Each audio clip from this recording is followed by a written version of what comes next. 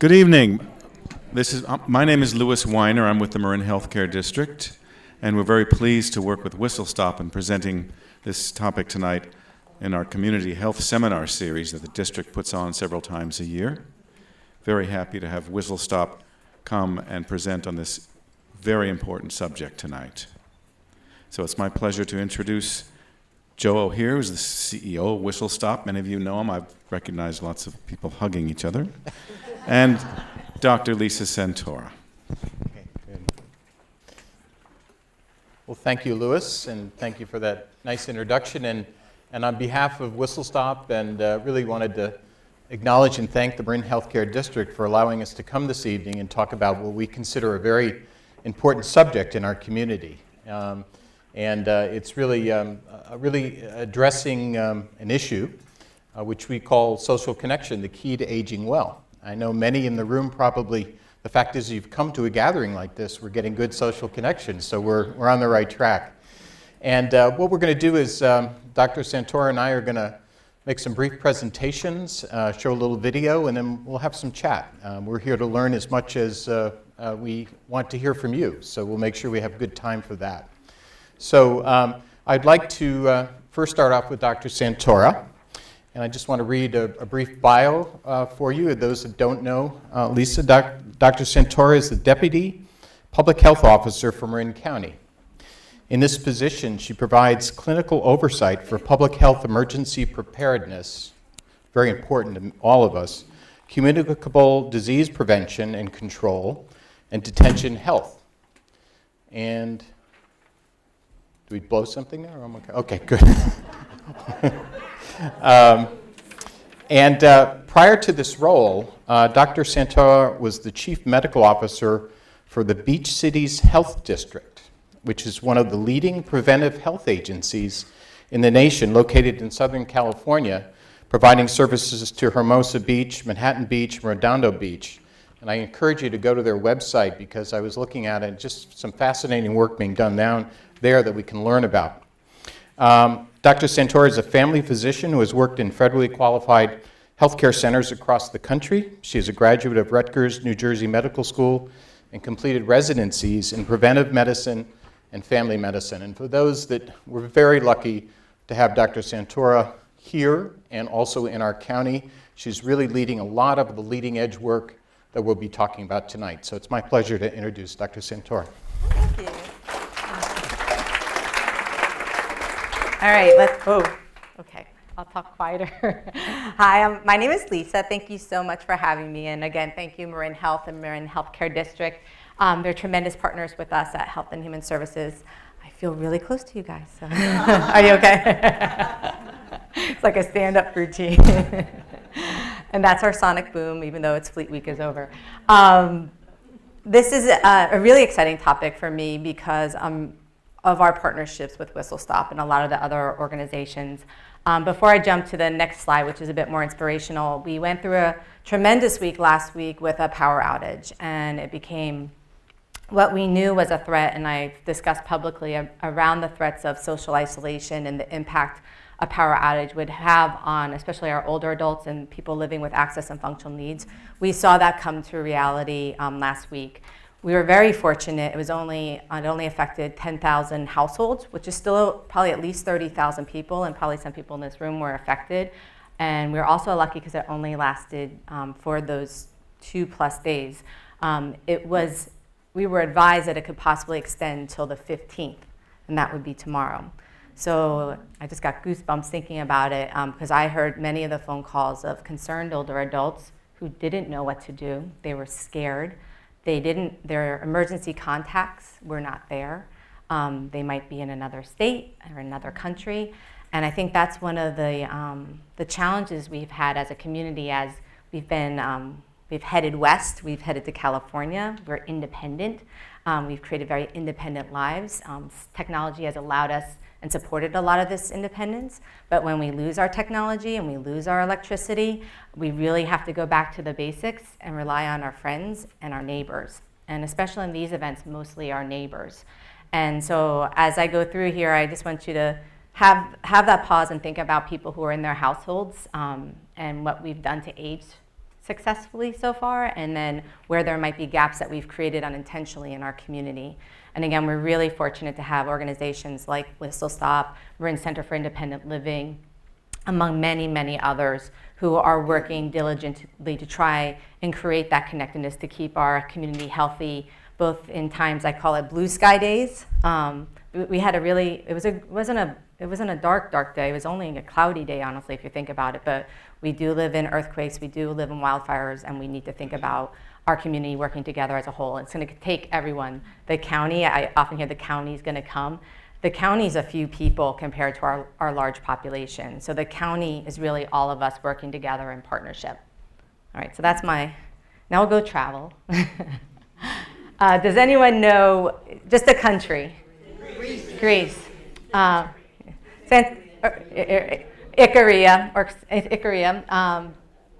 This is a special place because it is one of our blue zones. You've probably heard of blue zones. Blue zones are areas across the world where they have the highest concentration of centenarians. And so then a group of explorers and scientists went to these areas. First, they confirmed that they were blue zones, because hearing that you're a blue zone is one thing. Confirming that it's a blue zone is another thing. So they went and dug through ancient birth certificates and death certificates. And if you can imagine in a place like this, not easy to find those, but they certified high levels of people living into their hundreds. And then there was another expedition led by a National Geographic explorer called Dan Buettner, and where they went and tried to figure out, why are these communities aging and living until they're 100? There must be some secret sauce, as they say. So, because it's not healthcare, not a robust healthcare system. What is helping these communities? We do have one blue zone in the United States, and that is in Loma Linda. So Loma Linda is a unique community. It's a community of Seventh-day Adventists who've chosen a lifestyle. So again, it's not the healthcare system probably that they have. There's also a lifestyle. And as they traveled around the world, the Nicoya, so it's a nice place to figure out where you want to travel to. Costa Rica, the Nicoya Peninsula, Icaria, Okinawa, Japan, Loma Linda, as I mentioned, and I probably have another slide to remind me. What was the other one? Sardinia, Italy. So this is where they identified these are the original 5 blue zones in the world. And so it wasn't diets, it wasn't medicine, it was a lifestyle. And that's where they identified something they called the Power 9. They found, and if you can think, if you just looked at, think of Sardinia, if you travel there and think of that picture that you saw, they're just moving naturally. There's no 24-hour fitness. There's no kettlebell gym or Pilates or yoga or hot yoga or whatever the fad is. They're just walking. They're moving naturally through their day. The other thing is they're eating healthfully. They're eating often a Mediterranean diet. They're eating from the products of their land, farm fresh, farm to table, and eating a healthy diet. A later research is showing me a lot of beans. We struggle to eat a lot of beans. There might be reasons for not eating a lot of beans, but beans is another one. Taking time to downshift. That's something we don't do too often. So people taking time to socialize and downshift, just like we're doing here today, after a really, really busy day, but taking time for yourself. The 80% rule, this is another, this is from Okinawa. There's a term called harahachibu, and that means it takes your brain 20 minutes to realize that it's full. I have a terrible habit from coming from being a doctor where you never know when your next meal's coming. I'm always the first one online for the food. I'm always the first one done eating my food because you never know where you're gonna run to. That's not a good way to eat. You need to eat slowly and then eat and stop eating when you're not quite there, not till you're over, but till you're 80%, because then your brain will catch up, so you're not gaining too much weight. Plant slant, high in vegetables. They're eating lots of vegetables. A struggle in my household every day, even though my husband has one of those boxes delivered, and I groan when I see all the kale coming in, but get a lot. It's carrot season right now. But having lots of plants.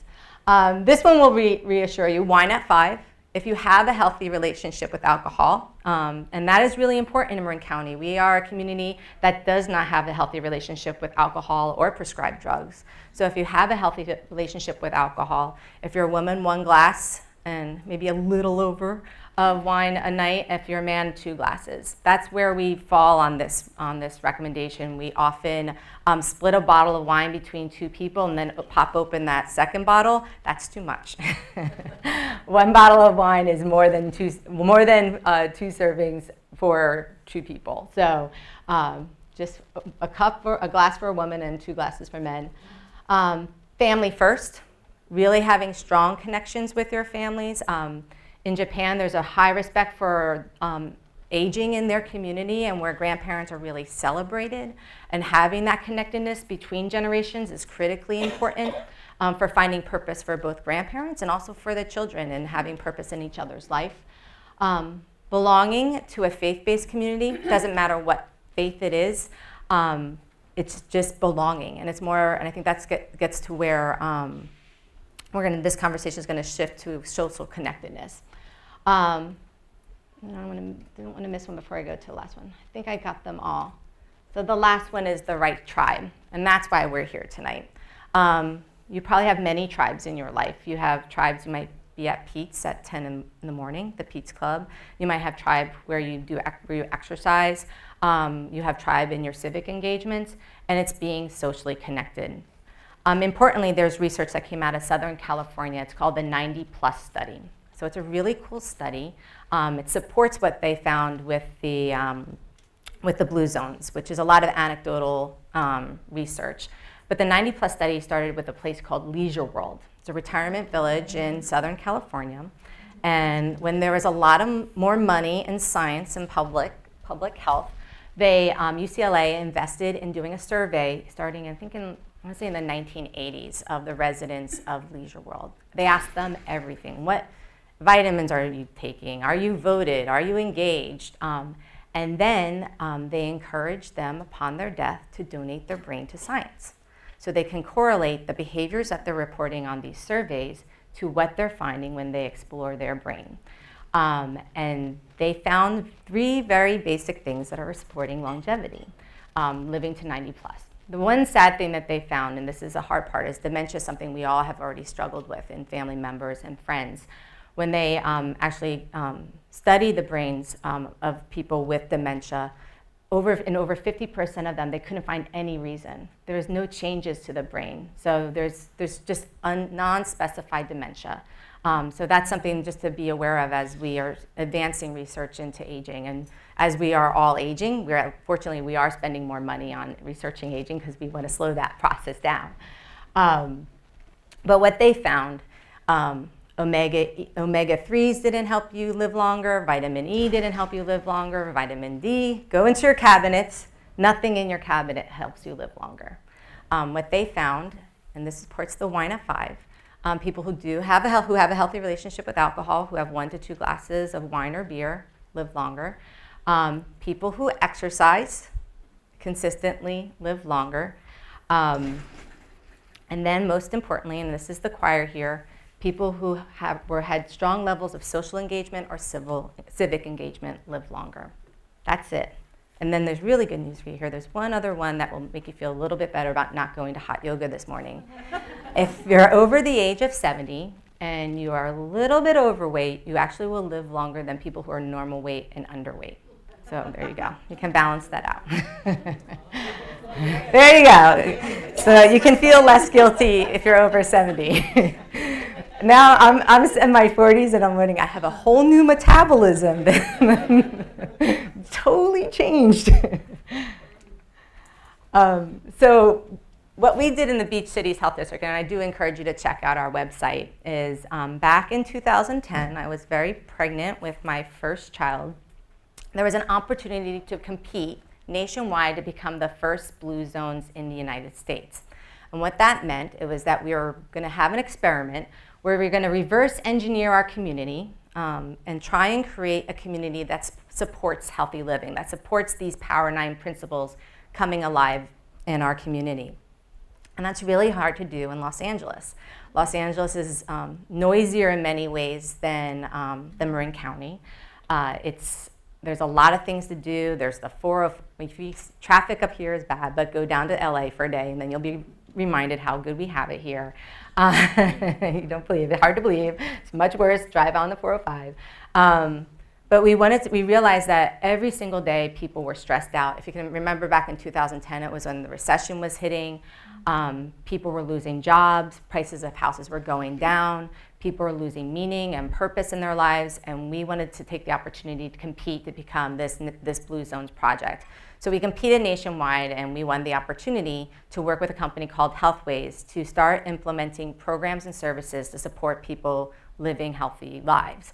So for example, I'm going to jump back to social connectedness. But one example is restaurants. When you go out to a restaurant, we wanted to work with restaurant partners, not to change their menu at all, but just to point out the healthiest options. The easiest one we found was for restaurants on oatmeal. When they served oatmeal, they would serve you this very big bowl of oatmeal. You would leave most of the oatmeal in the bowl, and they would charge you a pretty reasonable amount. We work with them to make that portion size smaller. Remember that hara hachibu, that 80% rule? People were willing to pay a little bit more for just a smaller portion because they didn't want to waste all of the oatmeal. So it landed up being a win-win, both for the restaurateur and then for the person who was eating. You always need dessert, I believe, as a physician, dessert after eating your dinner. But when they serve you your dessert, they often give you this huge dessert, and that's not what you really want. You just want a taste of something sweet to close out your day. So we worked with restaurants to have a 100-calorie dinner. I mean, 100-calorie, no, not that, 100-calorie dessert. So again, a win-win. They were reducing their spending on their food. They're reducing their waste, because waste in a restaurant is a huge expense. And then people were getting what they wanted, just that closure after a dinner and at lower calories. So we worked across our community with restaurants, work sites, local businesses to create a healthy environment. The picture I have here is another word that they found in Okinawa in the Blue Zones. It's called moais. These are actually arranged friendships. So when children are born and they're young in Okinawa, their families match them. And they're encouraged to maintain their friendships throughout their lifetime, because it is those social connectedness. That is those social connections where you can always have those touchstones back to what it was like in elementary school, what it was like in high school, and maintain those friendships. So you can see there's probably some beer at that table, and they're probably hopefully drinking it healthy and not going to drive. But those are older gentlemen that have been in friendships for decades of their life. And that's especially important in Marin County, because when we look at actually suicide statistics in Marin County, we see that older white men are actually at higher rates for suicide than young adults. Even though young adults we're saddened, and it's tragic when a young adult takes their life, but for the middle-aged white man, there's actually a very high risk. And it's that disconnection. If you look at that commuting culture we have, especially to the cost of living to live in Marin, the hours that people are working across the bridge away from their family, it creates not necessarily the healthiest lifestyle in our community. So what we did in the beach cities is we modeled, again, this is another kind of reverse engineering, is how could we create moais in our community? So we created walking moais, where we brought people together and we did some matchmaking around walking. What time do you like to walk? Do you like to walk? Where do you like to walk? Do you like to walk with your dog or not? And we centered those matchmakings around elementary schools. Now, what's unique about elementary schools, they often, at least in the communities, it's a little bit easier because in Marin County we're spread out more geographically, but in the beach cities, those elementary schools represented those neighborhoods. So people who were neighbors who never saw each other, when we hosted matchmaking moais, finally came together and connected with each other in their neighborhoods that they had never had before. And that, again, is so critically important. And going back to preparedness, is we don't know our neighbors. We often drive in and out. We shut that garage door before we say hi to anyone really quick. Don't get out of our car until it actually shuts. So we're missing these opportunities for social connections. And again, as we're aging and sadly we're losing some of our peers and our friends group, it becomes even more difficult to have social connectedness. And again, we're speaking to the choir because you're here tonight, but think about your neighborhood and how many people might be up the hill or up the road who aren't here tonight. So one of the other learning curves we learned with the Moais is not everyone likes to walk, and not everyone can walk. So then we partnered with some of the aging and adult services in our community and created gardening Moais and reading club Moais and stitching with yarn. What do you do with stitch? Knitting, that's the word. My mom's a seamstress, and so the fact that I can't find that word is really funny. And she tried to teach me how to do it one time, and she gave me a pattern, and I just stapled it and flipped it inside out. And she thought, like, oh, it looks great, until she checked my seam. So skipped a generation. So again, how do we arrange friendships across our lifetime? We move in different places, but how do we make sure that we're taking the time to arrange friendships and taking time to reach out to people who might be introverted and might not necessarily naturally want to make friendships? It's just they're introverted. That's half of us are extroverts and half of us are introverts. And this is us. So I started with this inspirational picture. And Marin County can be a blue zone. It actually is a blue zone for many. If you're affluent and white in our community, it's a blue zone. Men and women who are affluent and white in Marin County are approaching, the life expectancy is approaching 90 years. It's pretty significant. If you're black in this community or low income, there is a big gap in life expectancy. Sadly, in California, they've studied life expectancies and racial and ethnic disparities. Nationwide, there's been gaps between white and black life expectancy. And where we've seen tremendous headway actually in New York State in closing that gap, California has lagged behind. And the reason that we're finding this is not related to some of the blue zones principles. It comes back to perinatal mortality. So black women die during pregnancy, have higher rates of perinatal mortality. And the homicide rates in black men under 25 are higher in California, and they haven't been able to close that gap. And then on the other end of life, where cancer diagnoses and cancer prevention and cardiovascular disease prevention, that's another area where we haven't closed the gap yet in California. And so that's the challenge from the Health and Human Services perspective, is looking at Marin County also from a racial equity lens. So how do we make sure we extend life expectancy for all in Marin County and start reducing those gaps that we're seeing in different races and ethnic groups in our community? But this picture is one of my favorite pictures. It's just as pretty as the first picture I told you. And there's a tremendous opportunity in Marin County to support and foster social connectedness. And I think that's where I'll close out with Joe and hand the mic back to Joe. Is Whistle Stop is a great resource in our community. It's a tremendous asset. One of the big gaps is transportation and getting people places. They've addressed that.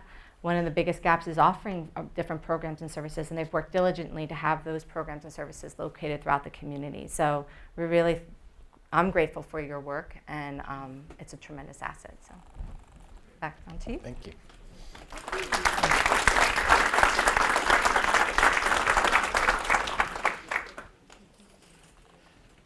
Well, that's a tough act to follow.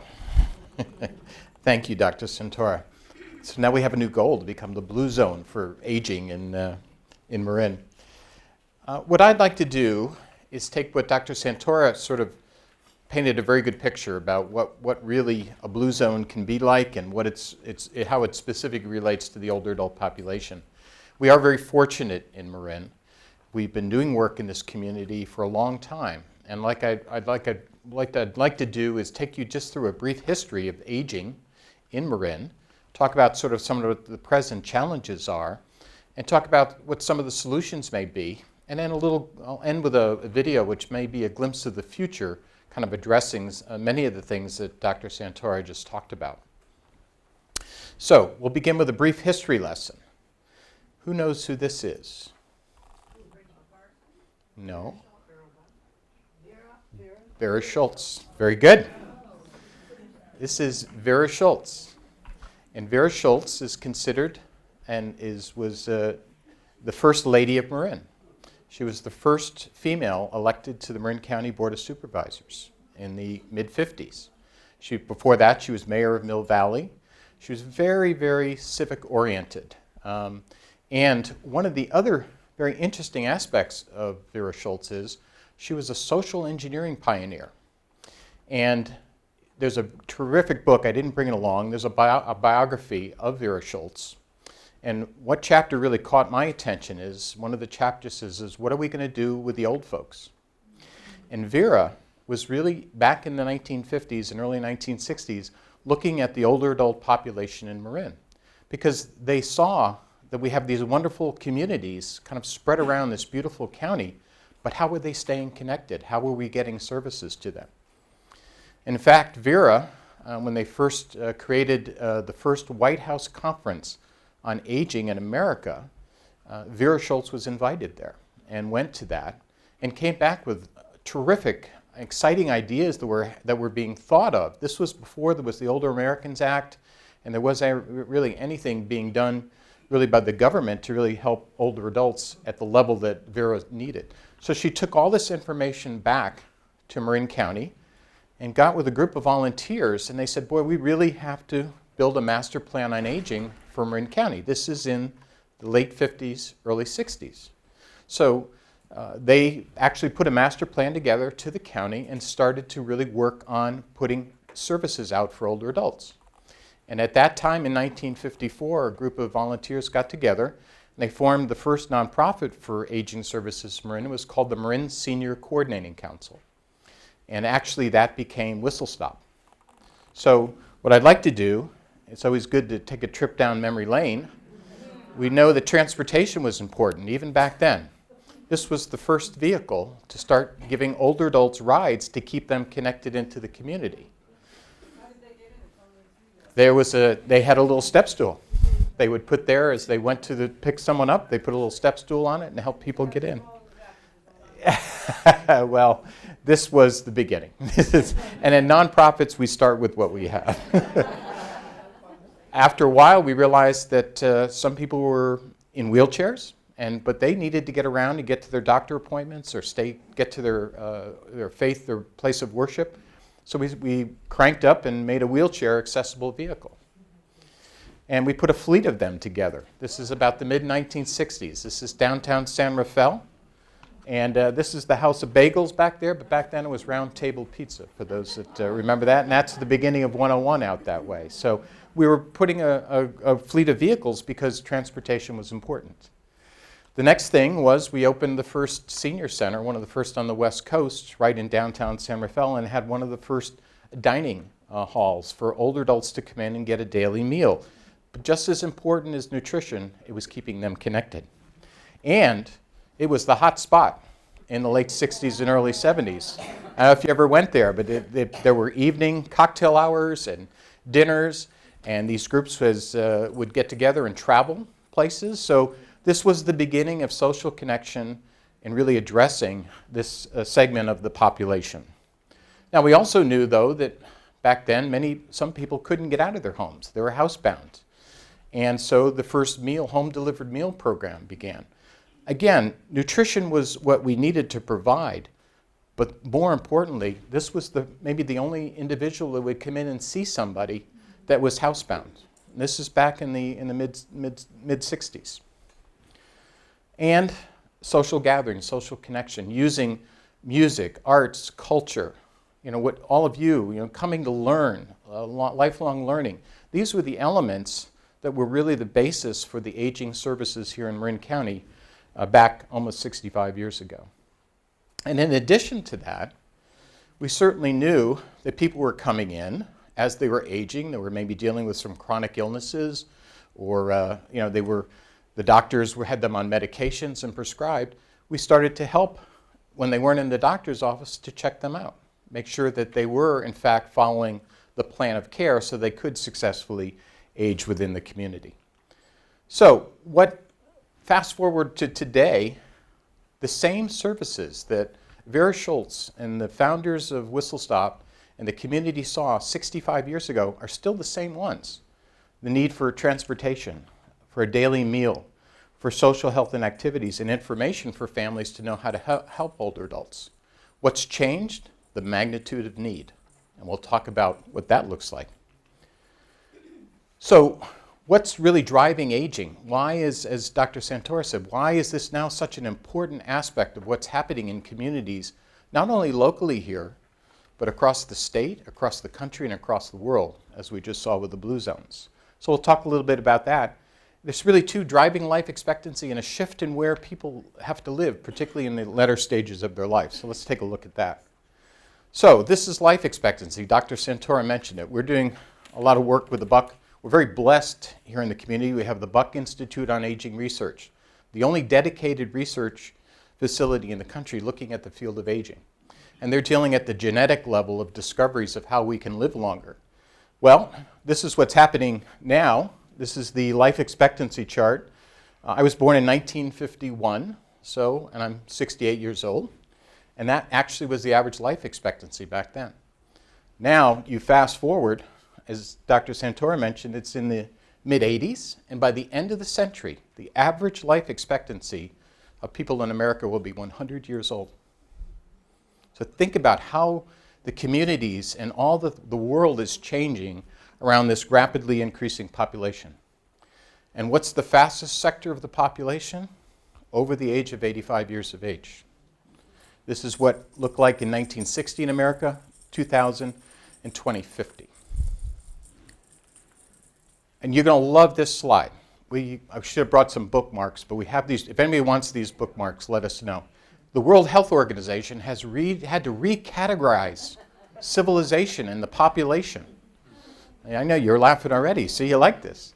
So now the population is segmented by birth to 17 years old is underage, and for those that have had children, we'd all agree on that 17 there.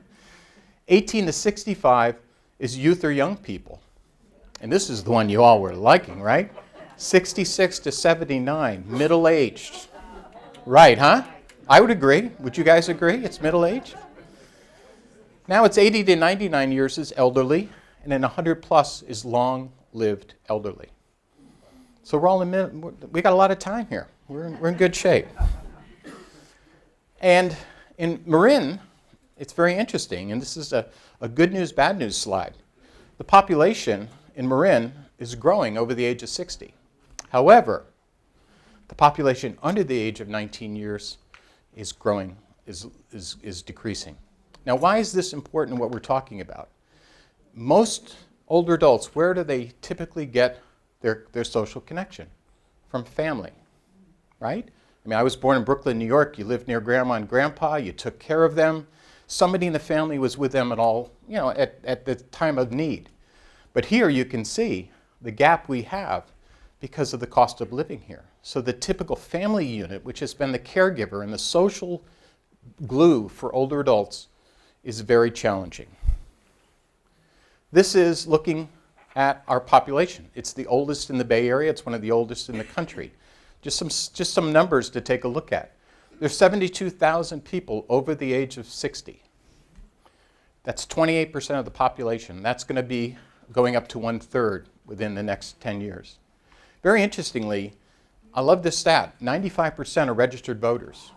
So the older adult population has the voting power to get things done and make change in this community. So keep that in mind as we talk, because that's where we want. We've got to keep moving this forward. Of the 72,000, 53,000 are 65 plus. Okay? That would make sense because of the aging population.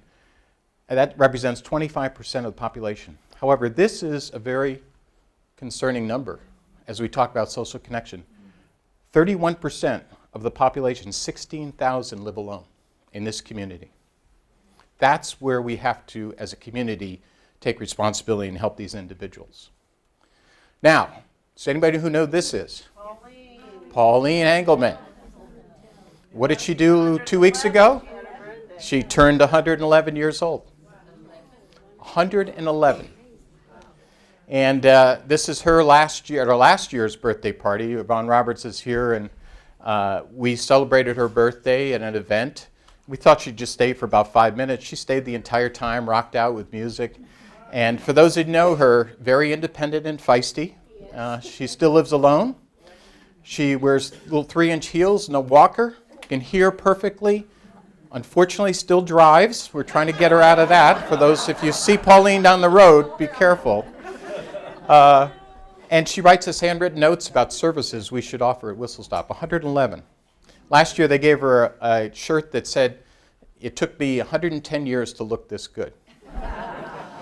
But Yvonne knows her very well, and I think Yvonne says it well. When we ask her what's her secret sauce, how does she do it, certainly she's done everything in the blue zone, but she'll tell you it's her circle of friends. She was head of the American Legion in Larkspur until she was 104. And she wanted to keep going, but they kind of asked her if they could move her along. But I think this is what we're seeing more and more of in our communities. This age and the need, but they're the ones that created this beautiful community we live in. They should have the same opportunity to age with independence, dignity, and grace. So, we had talked about health, and I think this goes to what Lisa was talking about, the blue zones, is what really determines health. And we've been doing this work with the Buck Institute on Aging Research.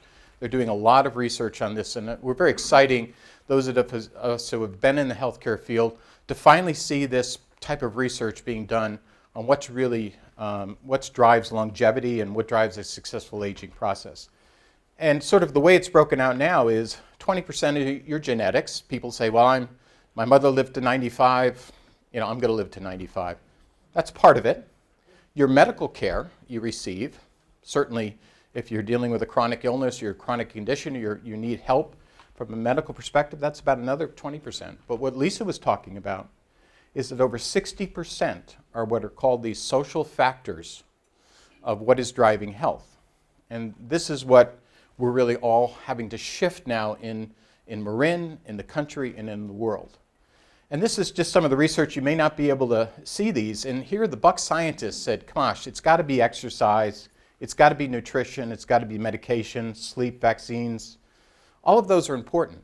But even the scientists, in doing all their research, found that social connection was the number one ingredient, if you will, that would give you more successful aging and being able to live longer. Because we are, as human, we're creatures in herds and wanting to be together, and that's what still drives what is important in aging. So, I love this slide. You know who that is? Okay, who's that? Right, who's this? Mel Brooks. How about the last one? Anybody? Yep, Norman Lear. So they say Norman Lear. And they get together for breakfast every morning. And they say every morning before having breakfast, I pick up my newspaper, get the obituary section, and see if I'm listed. If I'm not, I'll have my breakfast. But it's the social connection. These guys are all, and they're well into their 90s, have had wonderful lives, but it's their companionship. What was that word, Lisa? The moai. The moai. This is a moai. So, very good. So, just again, I've said there's a lot of research. I just want to quote some of the trends. The growing issue of social isolation has been recognized by the World Health Organization as a determinant of health. The prevalence of social isolation among the Japanese population was 31% seniors living alone, and even 24% those living with family said that they were lonely or isolated. A Canadian literature review found that 1 in 6 older Canadians is socially isolated. In England, more than 9 million people, 14% of the United Kingdom, say they often or always feel lonely. And in fact, I don't know if those have been studying this, but the former British Prime Minister, Theresa May, actually created a new appointment of a Minister of Loneliness for the United Kingdom so that they would, in fact, build up a program and a service to deal with loneliness and isolation and the methods of how to measure loneliness and help their population. So now when you come to the United States, according to Medicare, senior isolation is poised to become one of the most serious health issues faced by older Americans. Again, we've got a lot of health care, but do we have the social care and the social services that we need? Approximately 18% of older adults aged 65 and older in the U.S. live alone. And 43% report feeling lonely on a regular basis. A person who reaches the age of 65 has a life expectancy of another 20 years, so it's important that we figure this out. And we talked about what's really happened locally here in Marin. So what are what are some of the effects of loneliness, which is stated. Loneliness and isolations, retirement, sort of what causes loneliness and isolation? Retirement. When you retire, it shrivels your social network through work. I mean, obviously, when you work, you've got your natural sort of social networks, but you retire, that can get smaller. Hearing losses and worsening of mobility impede talking face-to-face and participating in group activities. So as we physically change as we age, it becomes tough to be socially connected. We talked about living far away from siblings and family. Families have been the primary caregivers in the primary social situation. So as people get less mobile as they age, they may stop driving, and therefore they limit where they can go. And they feel more isolated, unfortunately, with a stationary life. Now, retirement communities are terrific because they are, in fact, one of the things you can do is get into a social group and social environment. However, you have to have money to be able to do that. And as we were talking about, this option can be cost prohibitive for many in adults. The good news is there is change here. And Lisa mentioned this. I think finally, and I've been in healthcare, was in healthcare for 25 years, we're really starting to see a shift among Medicare, who's the primary care payer, recognizing these social factors as being as important as medical care. And there's been such a sort of an imbalance, and what we're starting to see is beginnings of a trend to sort of see healthcare payers and providers start to address these issues. There also is a shift into setting up what are called integrated care centers, which is what Dr. Santora mentioned was done in the beach cities. If you go to that website, and we're going to show you a video that talks a little bit about a future model here for Marin County. So having social connections reduces risk of early death by 50%. So this just shows you the importance of this subject, and you're obviously all very interested in it. The good news is there are things we can do and things that are being done in this community. One of the things to do is to really assess your living situation. Community living, older adult communities, and we're going to show you a video in a few minutes. Another thing that's happening is shared living, shared housing. You may have seen some articles on it. There's a lot of articles now in the New York Times and Wall Street Journal talking about what solutions are. Covia is a local nonprofit that does home match programs, which is a local treasure where we've got people living in houses with 2 or 3 or 4 bedrooms. They're empty nesters now, but if they can share housing, not only does that help give them some additional money to live in that house, because many Marin residents are house rich but cash poor, but it also gives you an opportunity to have someone to share a cup of coffee or a cup of tea with. Get involved and get connected, and this is really talking about that. Gyms. I'm sure many of you, if you go to a gym, whether you're in a walking or I actually swim over at Mount Tam Racket Club, and we've got a group in the morning and we have breakfast afterwards. It's that social connection that I'm sure many of you do. Places of worship. We do a lot of work with the Marin Interfaith Council. Obviously, those are places where not only are you gathering, but there are people helping people out. And volunteering. And in Marin, that's a very important thing for our community-based organizations. As an example, at Whistle Stop, we have almost 200 employees, but we have over 300 volunteers that provide services day in and day out.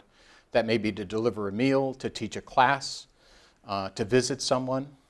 And the beauty is 80+% of our volunteers are older adults. So not only are they helping someone, they are keeping, as Lisa said, civically engaged. And there are so many nonprofits. Lisa's here from the Marin Villages, another model, very, very important to this community. Neighbors helping neighbors. I know it sounds old-fashioned, but we have to bring it back. Technology. Technology is something that we find can be helping. Video chatting services and Skype. Now, many of us, and we have a computer lab at Whistle Stop, and so does some of the other centers. Many of us are technology immigrants. We weren't around when all this technology was there, so we're intimidated by it. But there are ways to learn it and be able to, text and Skype and stay in touch with your families if they're at a distance. So that's another way to do it. Adopt a pet.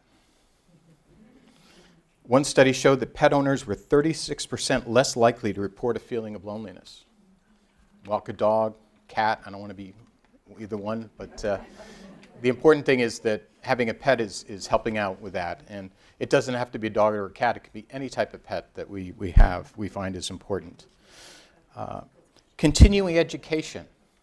Going back to school but not having to take the classes and the tests. We're very lucky here in Marin. We have the Dominican University has the Osher Lifelong Learning Program that you may know about.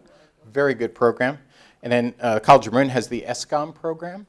So we're very lucky here. There are ways to stay because school was the way we were connected, right? It was work and school that we really had that type of population. You know, address transportation. There are, I think it's hard for people to say it's time, and we can't get it away from Pauline yet, but it's time to stop driving. But you have to have alternatives in a community to provide transportation because that's how we get around. If you live in an urban setting, you have public transportation. We don't here. We're a suburban setting. So volunteer ride programs, bus shuttles and things like that will help with that on a particular way. There are a lot of local, really local resources that you can use to find this out. There also are some shared programs that are starting to be happening here in Marin. You may have heard there's a postal carrier program where that we're training postal workers if they're delivering mail and they see maybe the mail hasn't been picked up in a while or they see that it's a little disheveled in the front yard or something like that. We in the community have to be the eyes and ears of all of these thousands of older adults that live alone.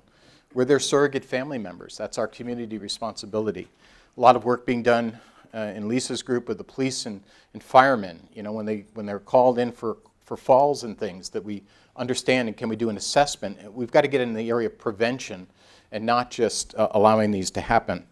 So we have those resources. You know, the community, designing the community. Anybody here of Age Friendly? I know some of you I can see are involved in that. That was started by the World Health Organization.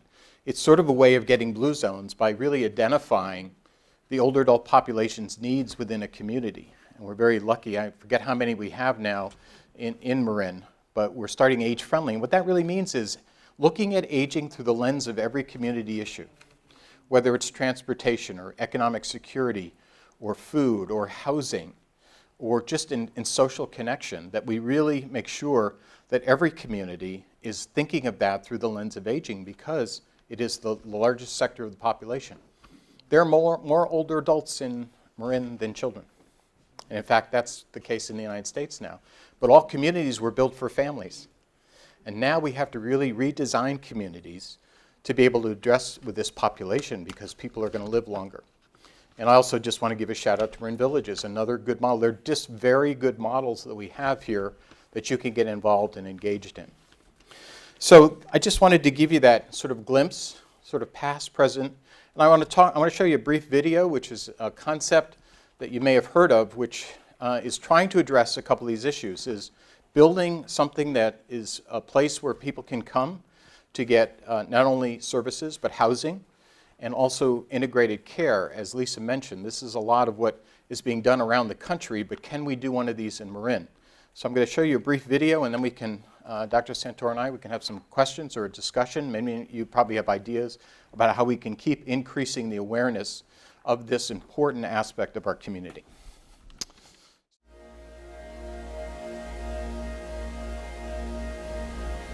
The Golden State is getting grayer. We need to get ready for this major demographic challenge headed our way. For the first time in our history, older Californians will outnumber young children.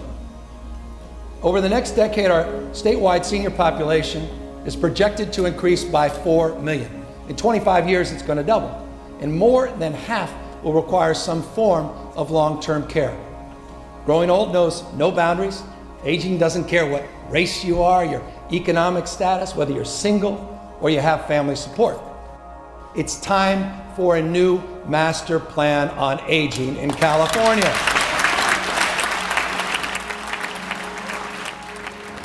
Marin is the oldest county in the Bay Area, and the fastest growing segment of the population is over 85 years of age.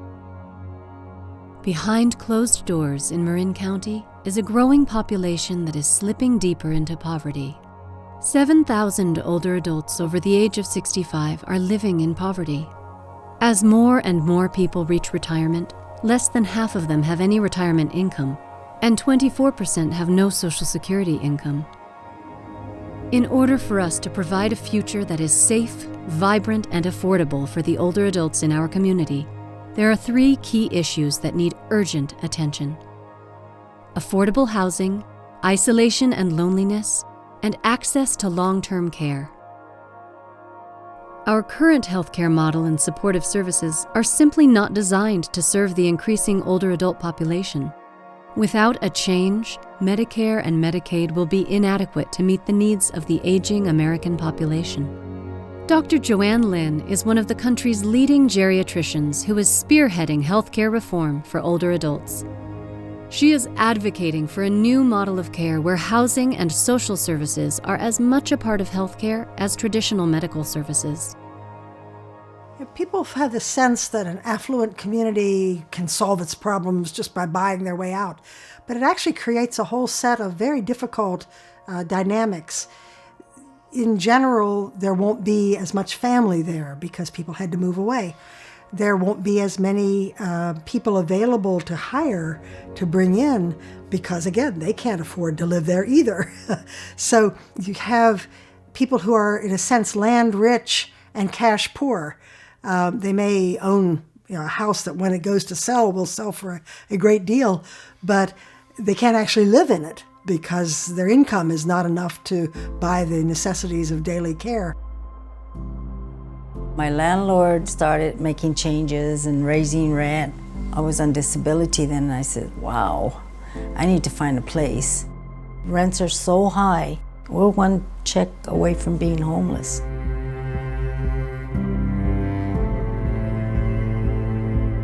I'm here by myself most of the day, so I'm here watching TV. Research has shown that loneliness is closely linked to early mortality and has just as much effect on a person's health as smoking up to 15 cigarettes a day or consuming 6 alcoholic drinks a day. Older adults who are isolated are at an increased risk of depression and dementia. It is human connection that is the central ingredient for quality of life. And the need for connection transcends age. So what is it that determines how healthy we can be in our older age? Most often we think it's a combination of good genetics combined with how readily we can access medical services. But that's only 40% of the picture. You can't actually do medical care without housing and food and transportation. And so now that we have very large numbers of people coming in, this whopping disproportion means that we spend, as a country, very little on supportive services and enormously on medical care. So with a sweep of my pen, I can write for a $100,000 drug, and it actually will get paid for and delivered. But I can't write for supper. Healthcare is having access to transportation, being able to eat healthy food regularly, having a safe place to live in our community, and maintaining social relationships and friends. Being able to care for the health of our older adults in Marin by providing all those services under one roof is Whistle Stop's vision. This is the Healthy Aging Campus. Imagine a building that has 66 new homes where every single one of them is an affordable unit. Imagine that campus is situated right in the middle of downtown San Rafael, and it is built as a car-free community, the first in San Rafael. And underneath is an integrated care center that provides multiple services, not just for the residents, but for the whole older adult population in the surrounding area. And there is a community center where folks can share stories and learn new things. And a cafe to nourish them and fulfill their social needs. Whistle Stop has partnered with Eden Housing, a local nonprofit that has been creating affordable homes and vibrant communities for over 50 years throughout the Bay Area for people like Alice and Irene. For me, home is love. It's just like my own family. just building that relationship with one another. That's what we've developed here, a community and a family. I love it here. Everything's close by, bus stop, right here in front, groceries. It's just been much, much easier on us living here. Everything is so convenient. Having a home in the heart of the community that we've lived and worked in, remaining connected to our neighbors and friends, makes life so much easier and richer. But coping with multiple medical issues can be very complex. And that's why Whistle Stop is building an integrated care center that can serve the whole community's needs as well as the residents living above it.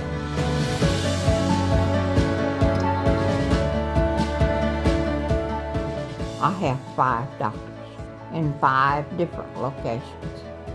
Having an integrated care center would help serve folks like Jimmy or Ed, who is a participant at an integrated care center similar to the one Whistle Stop is building. In just one visit, he can access multiple services like chronic disease management, behavioral health, vaccination, podiatry, ophthalmology, physical and occupational therapy, medication management, and other support services that improve independent living in the home. If she needs to be seen by a doctor, she has a doctor here. They provide transportation, a warm meal. They have interpreters. My mother does not speak English. Having the opportunity to have those needs covered change our lives. We must find a way to care for the whole person so that we can place fewer burdens on families and re-engineer the system to give us all what we want and need as we age at a cost we can actually afford. And they care about us, and that's what makes a big difference. We're not just another patient that's coming in. I don't have to worry about anything. Add in the benefits of a vibrant community center, outdoor spaces for fresh air, and a cafe all under one roof, and we can feel sure that we are helping those that made our community what it is today.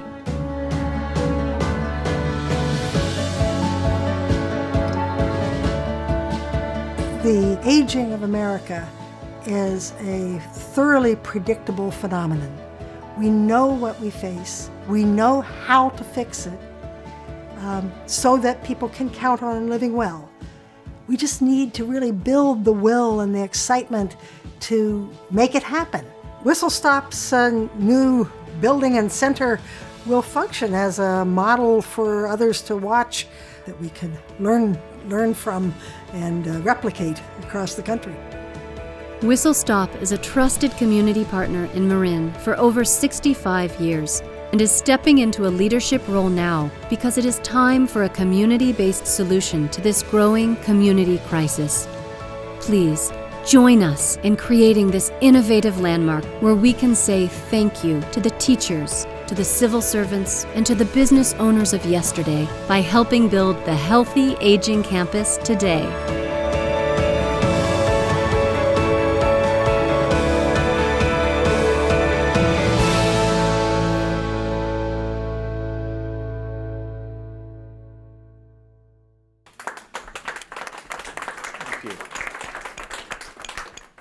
Well,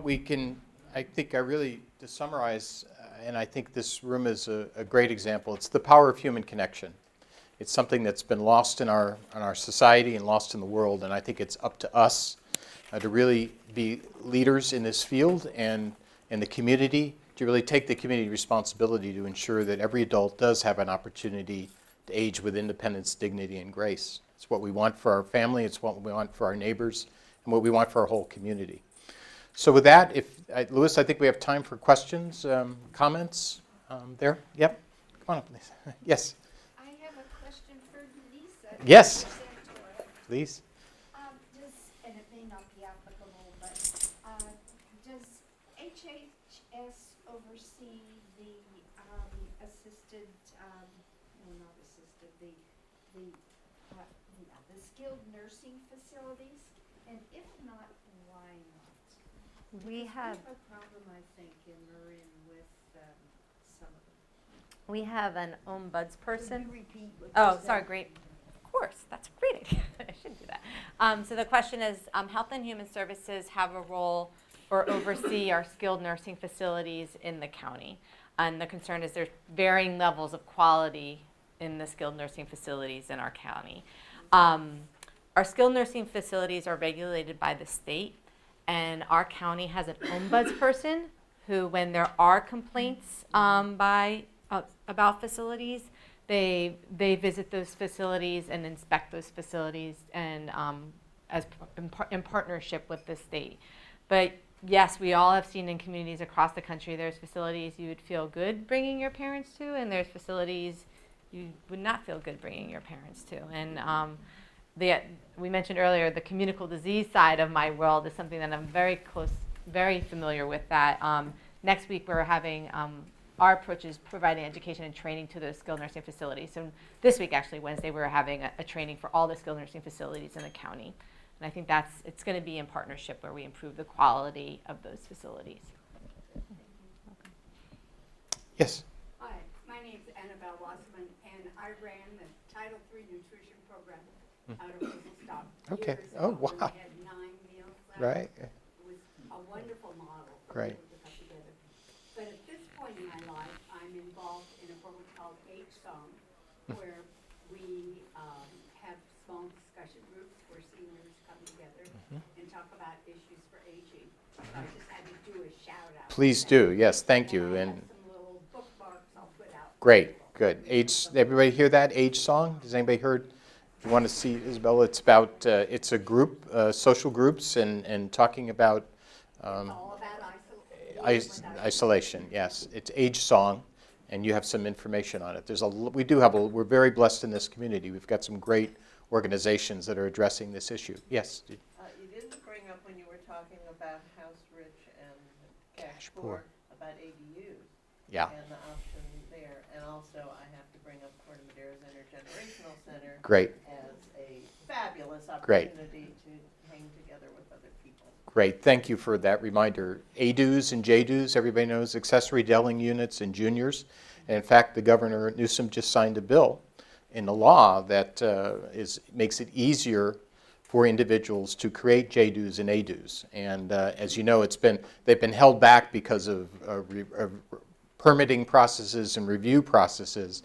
But I think the governor is showing in his master plan on aging, we've got to step up and create these types of units. And the second thing you said was?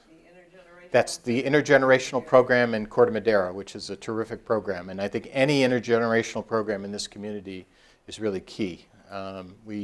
We know the importance. It's very interesting, too. We've done some pilot studies. We've done some pilot programs where we've put teenagers with older adults, both at very awkward stages of life, and they have a lot of empathy towards each other. And we've had some success doing that, so thank you for bringing it. And we bring the young folks in to teach the computers. Now, my son he has no patience with me, but I've seen him help other people. So that's the other thing.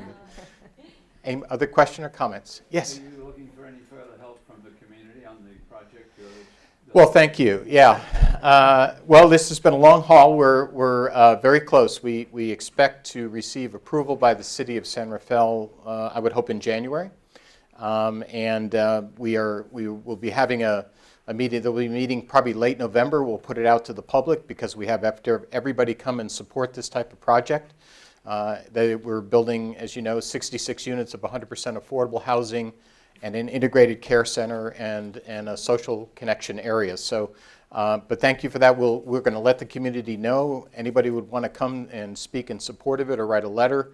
Again, the voting population is older adults, so let's get these projects done. I think people have asked us, can't you build something, can't you build more, can't you build at other places?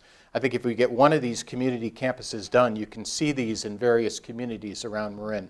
So we want to get one done and really get everybody and the elected officials all feeling comfortable with it. Did you have? Do you think there's a level of resistance? No, we've had it in the beginning, but I'm starting to see a change in both planning commissions and in the various municipalities, and people are realizing housing is a crisis here.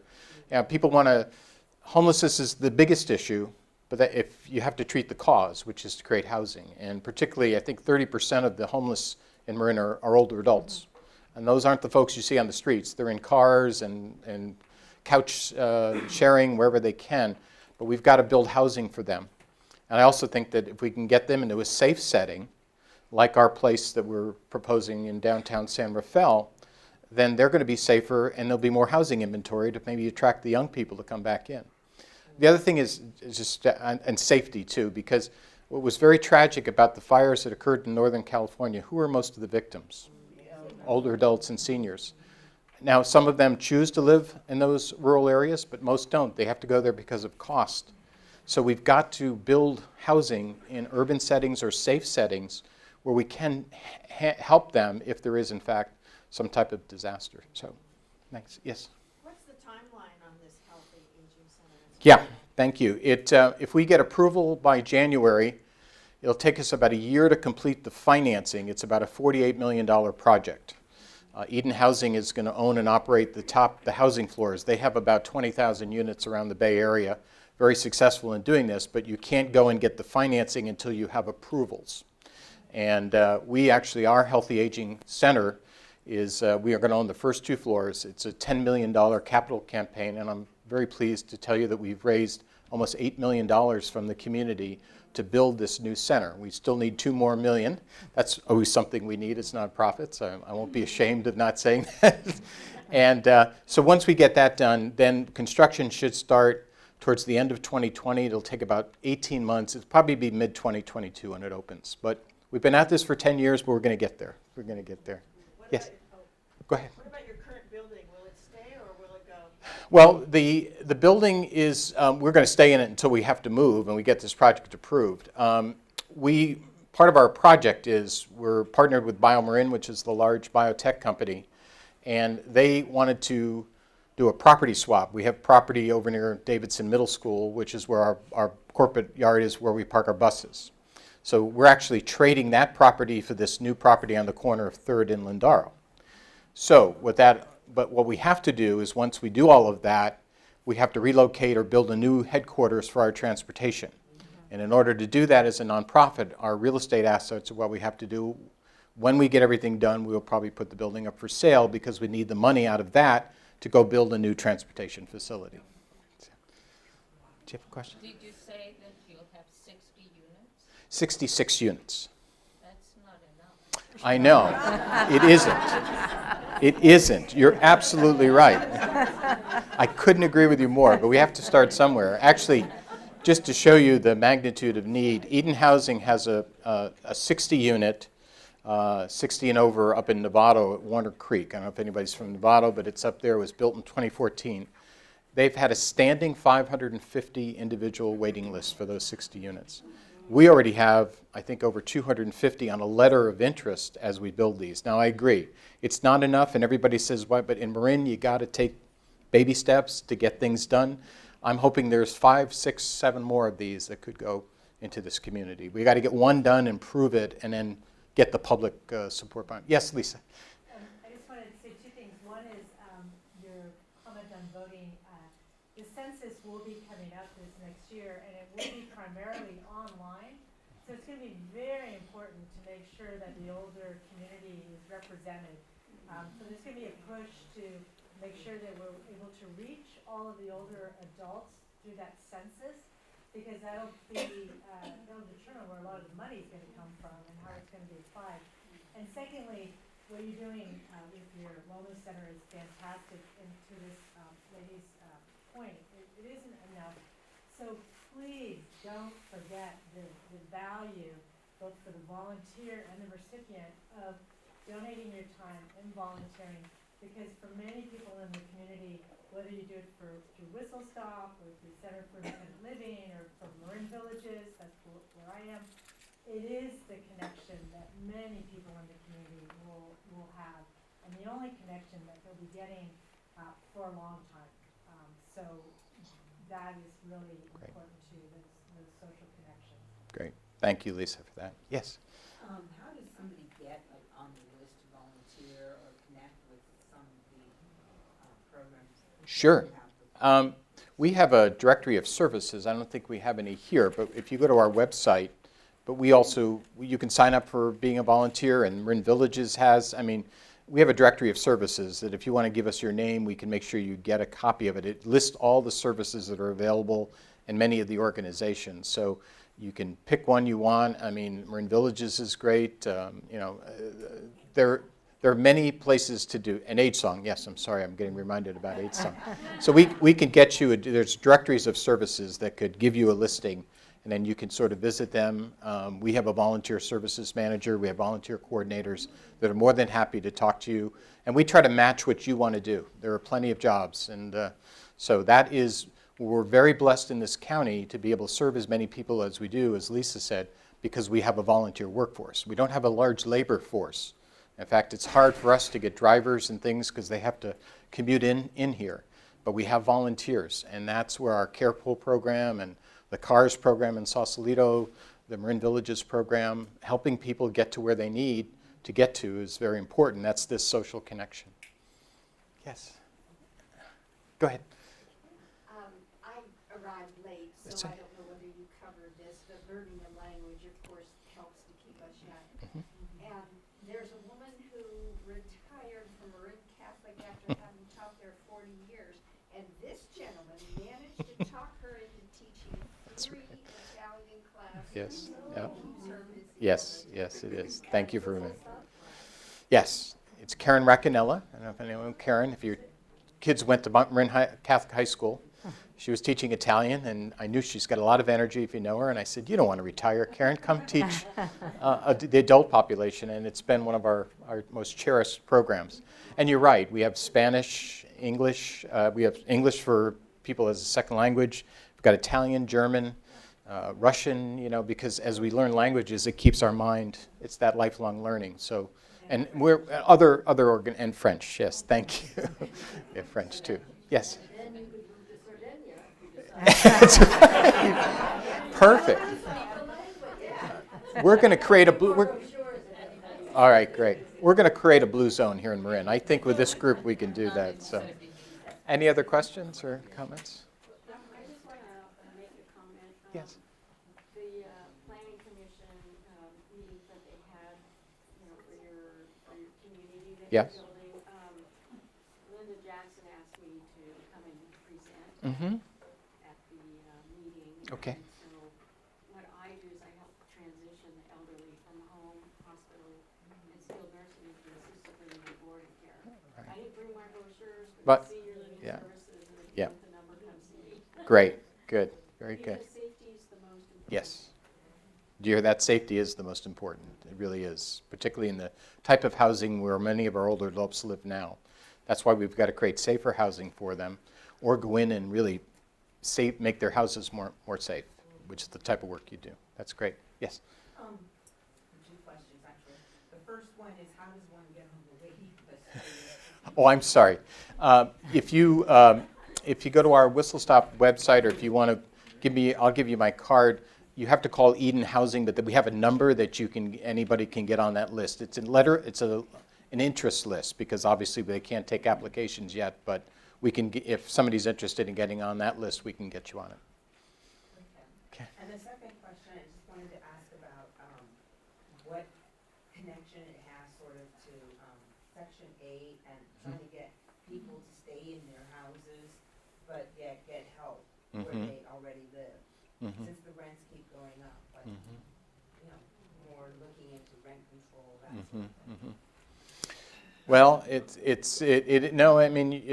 certainly, I think many of the municipalities are trying to deal with it. The city of San Rafael is, I think the county is. You know, we're all trying to create more Section 8 housing vouchers. I think there's a moratorium on them right now. We're trying to get more done. But you're bringing up, which is the big issue, which is in Marin, is where is the housing, and how can we create more affordable housing? So, I mean, we're all working on that. You certainly are with the whole person care. It's our biggest challenge is ideally there would be a lot more Section 8 housing and looking outside the box and innovation. Where do we find vouchers that might not be funded by the federal government?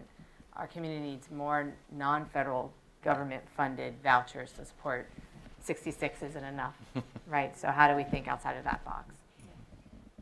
Yes. With this care that we're giving Yes. Who pays the medical staff? You know, how do we? Yeah. figure out? Yeah, that's a good question. There are programs around the country, and it was actually started in San Francisco. I'm going to use it's called PACE, which was the Program of All-Inclusive Care for the Elderlies. I happened to be involved in it in the early 90s when it was started in San Francisco. And what it was started as was a Medicare demonstration project where it was really like running a day hospital so that the older adults could live at home. This was mainly in the Asian community who really hold their older adults in very high esteem. They wanted them to be with them. They didn't want to institutionalize them, if you will, or send them to nursing. So the program started in San Francisco, and Medicare took it from a demonstration project, and now there's about 250 PACE centers around the country. And mainly it was first developed for what I call very low, poor, you have to be Medicaid or Medi-Cal and Medicare eligible. It's what's called the dual eligible. However, the program we're looking at, which we've been seeing, is these PACE 2.0s that not only can we take care of those that are eligible under that program, but Medicare fee-for-service. So what we'll do is create a center where medical professionals will come in. It might be Kaiser, it might be Marin Health, it could be Sutter, where they can come in. We're going to have the facility and the equipment, but they're going to come in and provide the professional services, and they'll be able to bill Medicare. So if you're on Medicare fee-for-service, you'd be able to come into the center, or if you're eligible for the PACE program, we would take you in.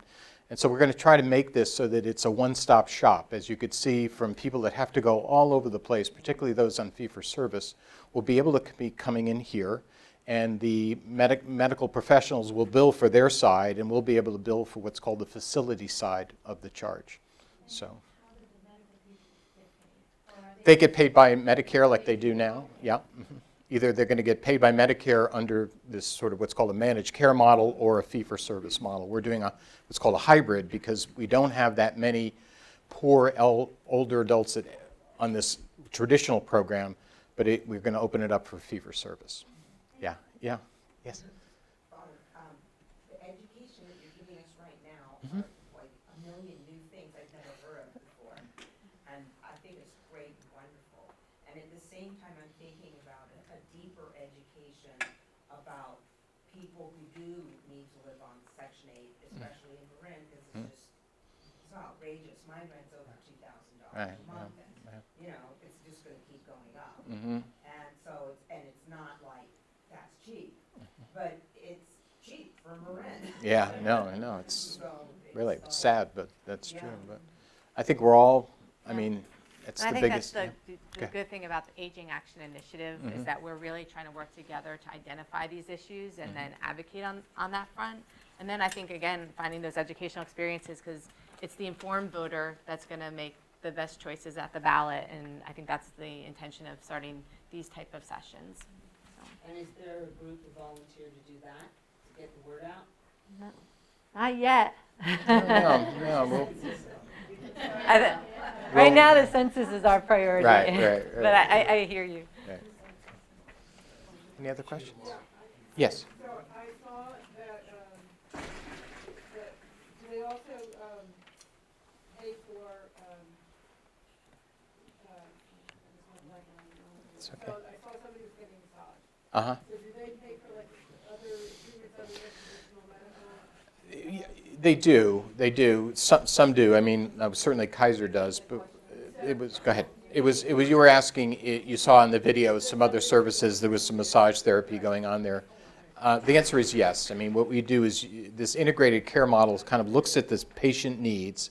It's sort of a patient-centered model, and whatever is needed to get them to be able to continue to live at home, be able to come in for care here, they put a plan of care together, and it can include some non-traditional medicine if it has to, yeah. I mean, of course, I think that it's such an amazing thing, and it feels wonderful. Yes. But also, it really is a benefit. Yeah. Well, and Medicare, those are on Medicare, and it's Medicare Advantage, their HMO. There was a bill passed a couple years ago called the Chronic Care Act. And so in your benefits now, they're including transportation and nutrition and acupuncture and massage therapy, because they realize if that keeps you healthy at home, that's better for you, and it's less costly to the system.